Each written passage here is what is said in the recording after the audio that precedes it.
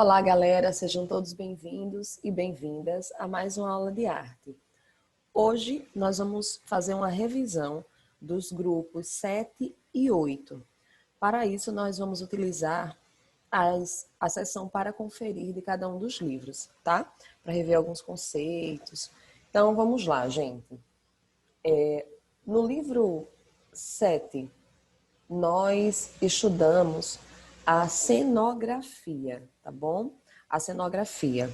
Então, nós vimos que é uma arte um tanto parecida com a arquitetura, no entanto, com alguns objetivos diferentes, né, voltados aí para o teatro, tá bom?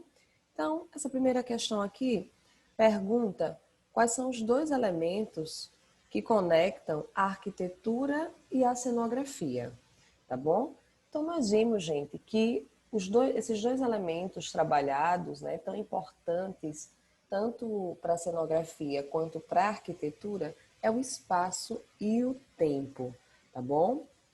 O tempo é um elemento importantíssimo no teatro e o espaço é o principal elemento da arquitetura. Então, tanto a arquitetura quanto a cenografia estão ligadas pelo espaço e o tempo, tá? Relembrando esses conceitos, vocês já sabem. E aqui tem uns conceitos legais para a gente relembrar nessa segunda questão.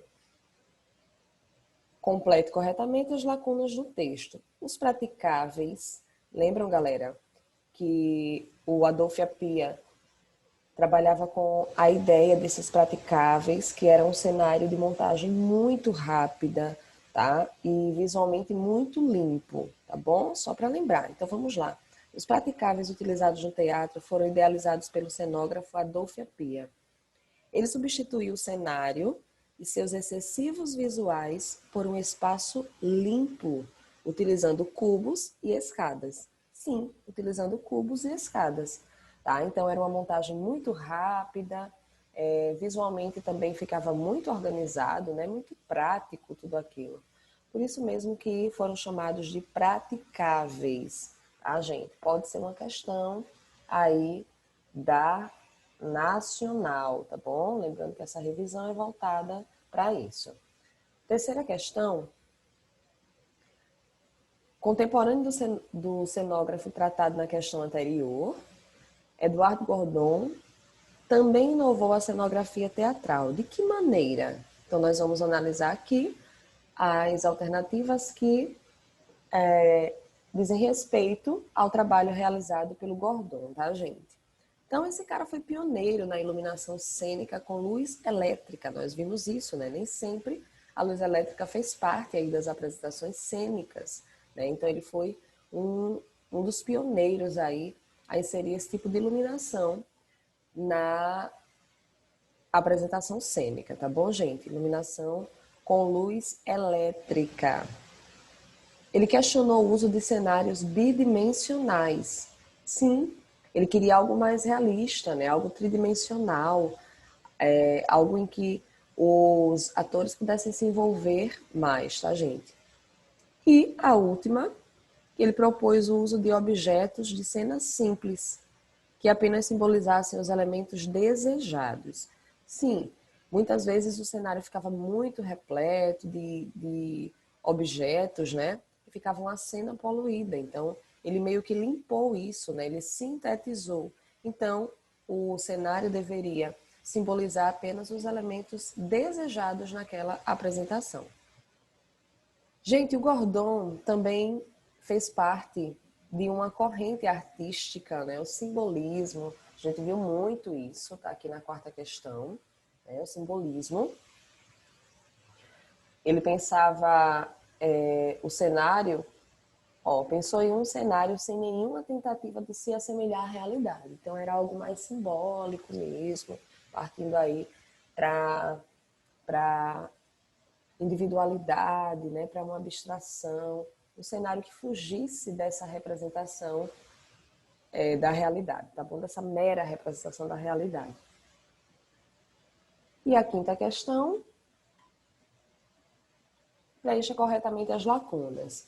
A cenógrafa Daniela Thomas criou os cenários da ópera O Castelo do Barba Azul, com um ambiente fantasioso, todo iluminado em tons de azul, com 7 grandes placas de espelho que eram movimentadas ao longo da história. Sim, a Daniela Thomas se destacou justamente pelo uso desses espelhos, né, gente? Foi algo assim muito inovador no cenário e na medida em que eram movimentados, os espelhos causavam uns efeitos muito legais, né? Como se movimentassem também ali aquele cenário. Então ela se destacou realmente por isso, tá bom? E o Castelo do Barba Azul, né, gente? Uma grande obra aí. Antes de levar o cenário à execução, a maioria dos cenógrafos produzem desenhos e uma maquete do projeto. Sim, é aí que esse trabalho se assemelha um pouco ao trabalho do arquiteto, né, gente? O trabalho do cenógrafo. Ele sim cria projetos, ele desenha para poder executá-los depois, tá bom? Passando aqui, ainda no livro 7, nós vamos falar sobre figurinos. Ainda dando continuidade a esse assunto, né, gente, de teatro. Então, nós vimos, gente, que a roupa, né, o figurino, é muito importante na composição da obra cênica, muito importante. Porque ele vai falar daquela apresentação, ele vai conseguir mostrar o contexto no qual aquela história se passava, né?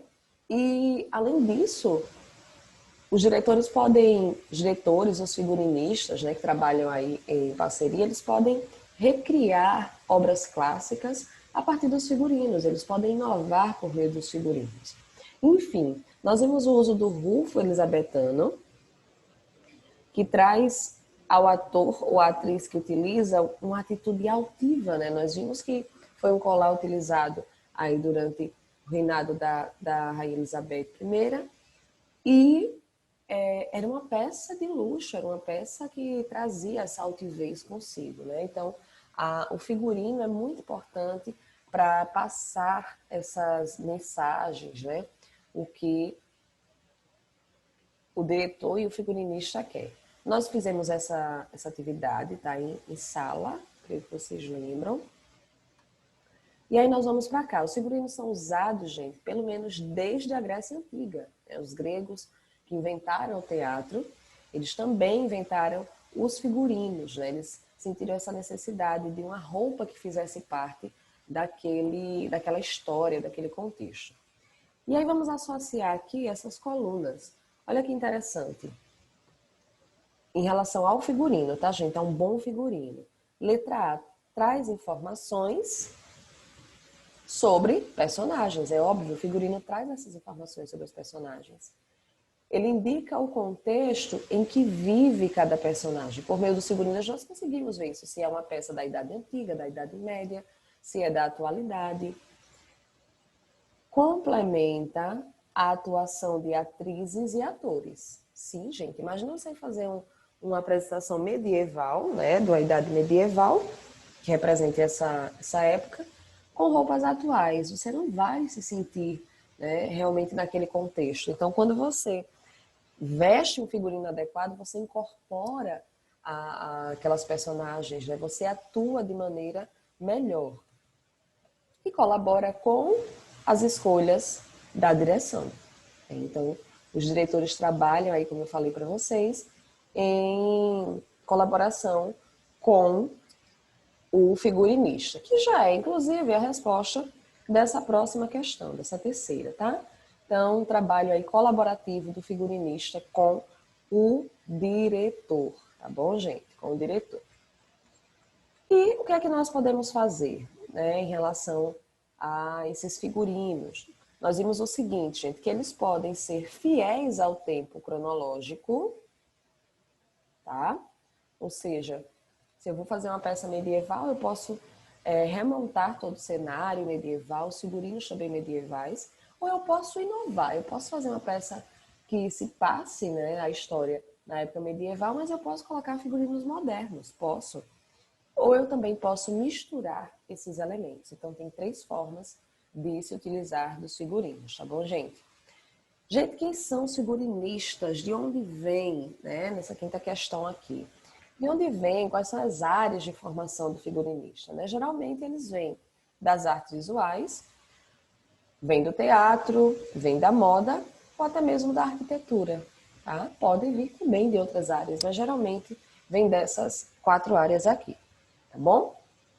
Então, fechou o livro 7. Nós vamos agora para o livro 8, que é Arte em Toda Parte. Então, o que foi que nós vimos nesse livro, gente? Nós vimos que estamos cercados, né, de informações artísticas, de obras artísticas, de referências artísticas. Os filmes que nós assistimos, as séries que nós assistimos, telenovelas, livros, enfim, tudo tem referência artística, as nossas roupas, né? Então, aqui na primeira questão, o filme Mad Max, ele tem inspiração, gente, nas obras do Salvador Dalí, né? O pintor espanhol, surrealista, como nós vimos. E em qual obra do Salvador Dalí? Elefantes. Né? Então, nós vimos aquele cenário pós-apocalíptico, né? Então, é como se ele retratasse esse futuro pós-apocalíptico, tá? Eu passei o trailer para vocês, né? A gente discutiu um pouquinho em aula, então, tudo certo, né, galera? Segunda questão, o filme Sonhos, né? Do cineasta Akira Kurosawa, tá bom? Então nós vimos o quê? Que nesse filme, apesar de não ser um filme sobre Van Gogh, ele homenageia Van Gogh, porque em alguns cenários, né, ele remonta algumas obras do Van Gogh. Tem uma parte que o rapaz chega, né, e conversa com o artista lá, e é como se o artista fosse o Vincent Van Gogh, tá? Então ele faz uma homenagem. Então é por isso que nós dizemos, né, que temos arte em toda parte, né? Imagina um filme que é uma obra de arte homenageando aí outra obra de arte, né? A melhor obra de arte de um pintor, tá bom? Então, ó, a capa do disco, né, gente? Que homenageou aí aos pintores pré-rafaelitas. Aí nós temos o que também? Ah, tá, o vestido de carne da Lady Gaga, né? Só que a Jana Sterba, ela criou um vestido de carne, mas não era com o objetivo de se propagar, né? Ela fez uma discussão, era uma obra conceitual, como vocês estão vendo aqui, né? Mas a Lady Gaga também utilizou um vestido de carne em um determinado evento e os objetivos foram diferentes, né? Os objetivos foram diferentes. Para fechar aqui, gente, para fechar, Yves Laurent, né, fez os vestidos baseados, gente, nas obras geométricas, né, como nós vimos, né, obras abstratas. Então, gente, o que é que tinha de abstracionismo nesses vestidos? Linhas pretas, blocos brancos e cores primárias. Só para vocês relembrarem esses vestidos aqui, tá?